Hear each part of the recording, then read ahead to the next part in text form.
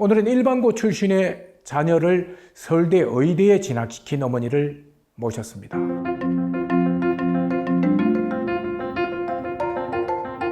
학교 그 선행학습에 대해서는 어떻게 생각하세요? 저한테도 이제 선행을 해야 되냐 말아야 되냐 많이 물어보시는데요. 선행은 그렇게 물어보시면 저는 대답을 해줄 수가 없어요. 왜냐하면 제가 그 아이를 모르기 때문이에요. 제가 우리 반 학생이거나 오랫동안 봐온 아이들은 제가 얘기를 해줄 수 있어요. 근데 그렇게 막연하게 물어보시면 제가 오히려 물어봐요. 어머니 보시기에 어떠냐? 그 선행은 독이 될 수도 있고 약이 될 수도 있거든요. 어떤 애는 선행을 해서 쭉 치고 올라가는 아이들이 있는가 하면 지금 현재도 못하는데 선행을 시켜서 오히려 과부하가 걸리는 아이들도 있어요. 그래서 선행은 정답이 없고요. 엄마와 아이가 그 아이 밥그릇을 좀 봐야 돼요. 아이 밥그릇을 보고 얘가 더 먹을 수 있는지 아니면 지금 너무 많이 먹고 있는지를 보고 조절을 하셔야 될 것 같아요. 학교 그 공부도 중요하지만 학원은 어떻게 비교할 수 없는 부분인데 학원 선택을 할 때는 보통 어떤 기준으로 이렇게 하는 게 좋을까요? 보통 학원 보내실 때 그 학원에 누가 다녔냐를 많이 보시죠. 그래서 실제로 이제 저희 아이가 다니는 학원도 좀 많이 유명해지고 했었는데요. 그런 것도 물론 중요합니다. 왜냐면 최상위를 가리킨 학원은 그 선생님이 그만큼 능력이 있다는 뜻이거든요. 최상위 아이들이 물어보는 질문에 대한 대답을 해주고 그렇긴 한데 또 아이마다 선택해야 되는 학원이 달라요. 실제로 저는 저희 큰애와 작은애가 서로 다른 학원들을 다니고 있거든요. 왜냐면 얘네들의 성격이 너무 다르고요. 가는 진로가 다르잖아요. 그래서 제가 학원을 좀 다르게 보냈는데요. 뭐 아이가 만약에 뭐 경쟁심도 있고 뭐 허세도 좀 있고 이렇게 질문도 잘하고 하면 오히려 대형 학원을 보내서 얘 그 경쟁심을 이렇게 부추겨 주는 게 좋을 수도 있어요. 근데 아이가 뭐 소심하고 좀 질문도 못하고 하면 소그룹이나 과외 선생님한테 하는 게 좋을 수도 있고요. 또 어떤 경우는 선생님이 아주 강한 선생님이 있어요. 막 다그치고 혼내고 근데 오히려 그런 선생님한테 자극받아서 성적이 오르는 아이들도 있고요. 또 어떤 애는 그럼 상처받고 아예 공부를 안 하겠다는 아이들도 있거든요. 그럼 그런 애들은 또 이제 자상하고 이제 친절하고 저희 둘째 같은 경우가 그랬는데 자상하고 친절하고 달래고 이러면서 아이를 이렇게 끌고 가는 그런 선생님을 만나야 되는 아이들도 있거든요. 그래서 아이의 성향을 보고 좀 판단을 하셔야 되고요. 뭐 전교 1등이 다닌다. 뭐 거기 다닌 아이가 뭐 어디 대학을 갔다. 이런 걸로 좀 판단을 하시면 안 될 것 같아요. 그야말로 케이스 바이 케이스로 잘 검토를 해야 된다는 거죠. 저도 저희 큰애가 이렇게 유명한 학원을 다니진 않았어요. 그냥 집 가까운 학원을 다녔는데 물론 제가 가서 원장님 만나보고 상담을 하고 커리큘럼을 보고 원장님의 마인드와 이런 걸 보고 결정을 했는데요. 그 학원 선생님마다 같은 수학 선생님이라도 어떤 선생님은 내신을 잘하시는 분이 있고 어떤 분은 선행을 잘 가르치시는 분이 있고 어떤 분은 수능 킬러를 잘하시는 분이 있거든요. 저는 그렇게 보냈어요. 얘가 내신이 선행이 필요할 때는 이 선생님, 내신은 이 선생님, 또 수능 킬러가 할 때는 이 선생님. 그 선생님들의 특징을 파악해서 우리 아이한테 필요한 선생님을 찾아주는 거. 그게 제일 좋은 방법인 것 같아요. 자녀분을 서울대에 보냈기 때문에 서울대 맘이에요. 과연 핵심적인 공부 방법이 있을까라고 질문하는 분도 있을 것 같아요. 있다고 생각하세요? 네, 저는 좀 있는 것 같아요. 그러니까 첫 번째는 보통 개념을 이해해야 된다라고 하잖아요. 근데 아이들은 그냥 무조건 암기만 하거든요. 이 개념이 왜 나왔는지 그런 걸 고민해 보지 않아요. 그냥 단순 암기만 하려고 하거든요. 그런 거는 쉽게 기억에 남지 않고 잊어버리거든요. 그래서 뭐 어떤 개념이 있으면 그게 왜 그렇게 나왔는지 일단 이해를 하는 게 중요하고요.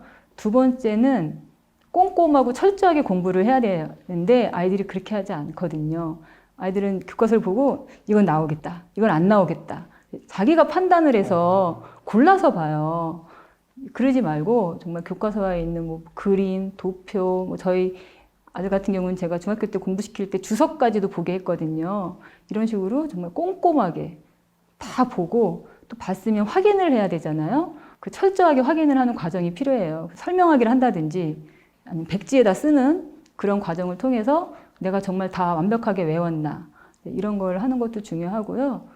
또 세 번째는 이제 문제집을 풀잖아요. 그랬을 때 틀린 문제를 아이들은 그냥 답안지를 보고 아 답이 이거구나 이러고 지나가거든요. 근데 사실은 그 틀린 문제를 다시 보는 게 정말 중요해요. 그래서 내가 이걸 왜 틀렸지? 내가 뭘 착각했구나 이런 걸 써놔야 돼요. 써놓고 그래야 다시 그런 비슷한 문제가 나왔을 때 안 틀릴 수가 있는데 그런 틀린 문제를 너무 소홀히 대하는 거 그런 거 안 좋고요. 그리고 이제 네 번째는 가장 많이 엄마들이나 아이들이 하는 게 시험 보고 나면 아, 나 그거 알고 있는 건데 실수로 틀렸어. 이러거든요. 저희 아이도 그랬어요. 시험 보고 나면 그래서 제가 실수는 없다. 실수하지 않는 게 실력이야. 그래서 100점 맞는 게 어려운 거야. 제가 그렇게 얘기를 했었거든요. 실수한다는 거는 공부를 덜 한 거예요. 연습을 안 한 거고.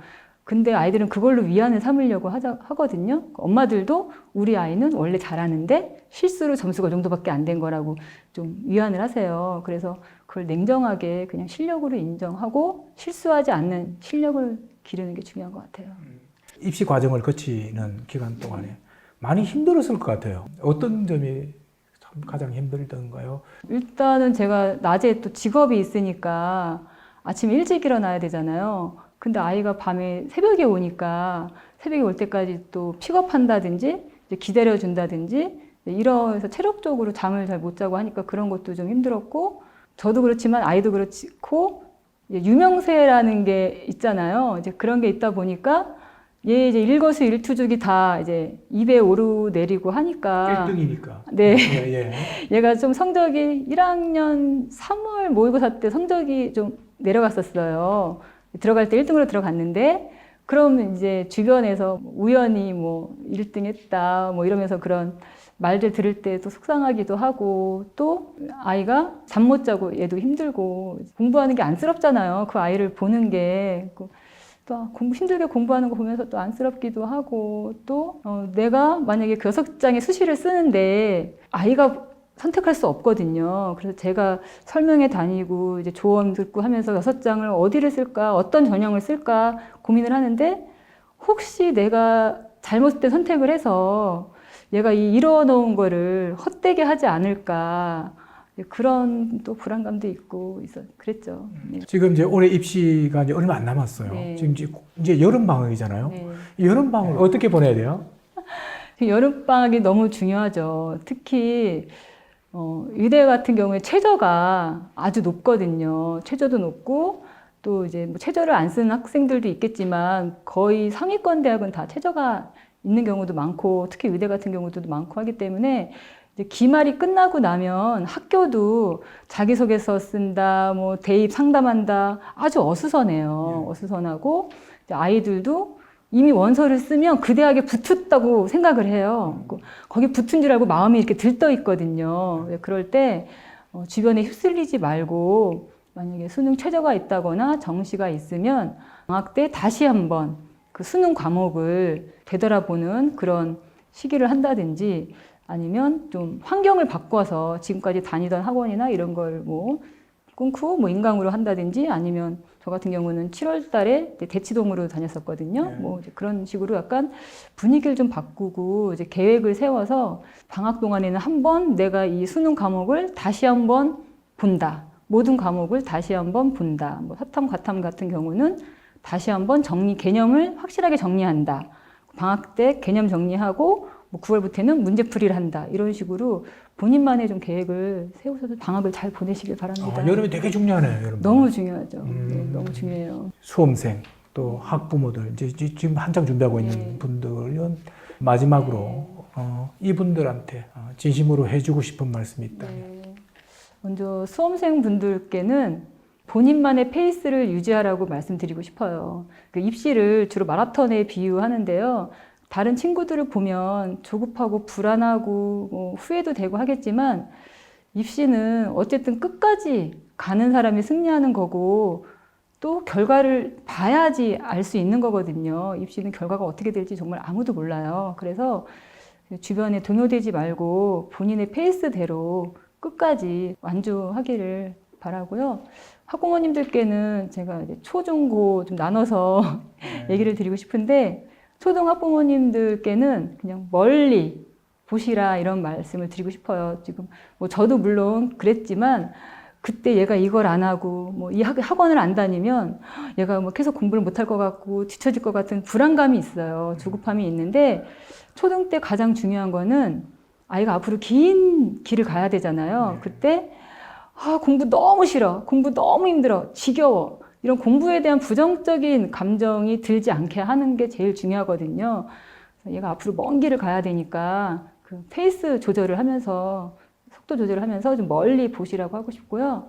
중등은 이제 고등학교 선택이 가장 고민이실 거예요. 그럴 때 고등학교는 일단 내가 아이의 대학이나 학과나 이런 진로를 정해놓고 거쳐가는 길의 하나거든요. 근데 저도 그랬고 중학교 때 엄마들은 이제 꼭 특목고를 보내고 싶고 자사고를 보내고 싶어요. 그래서 제가 자사고나 특목고 안 보내고 일반고 썼을 때 엄마들이 쟤는 떨어졌다. 과학고랑 자사고 떨어져서 일반고 간다라는 소문이 있었어요. 왜냐하면 그렇게 공부 잘하는 애가 안 썼을 리가 없다라고 했었거든요.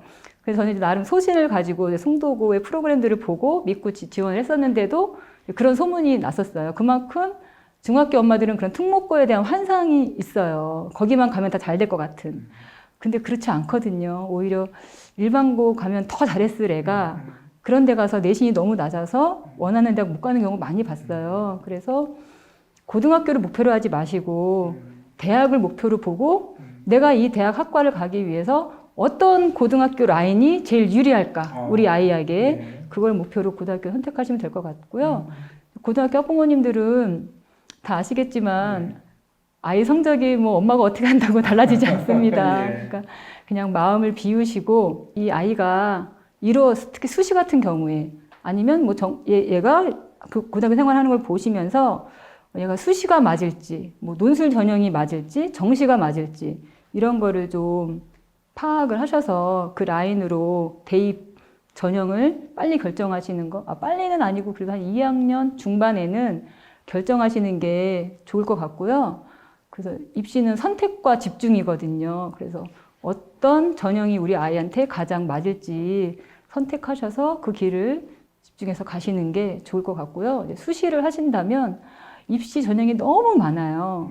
근데 아이가 그걸 혼자 할 수 없거든요. 그러니까 어머님이 입시 요강도 다운받으셔서 보시고 설명회도 다니시고 또 이런 유튜브도 보시고 하시면서 공부를 하셔서 우리 아이가 정말 뭐 성에는 안 차시더라도 이뤄놓은 내신과 비교과를 가지고 가장 좋은 곳에 보내겠다.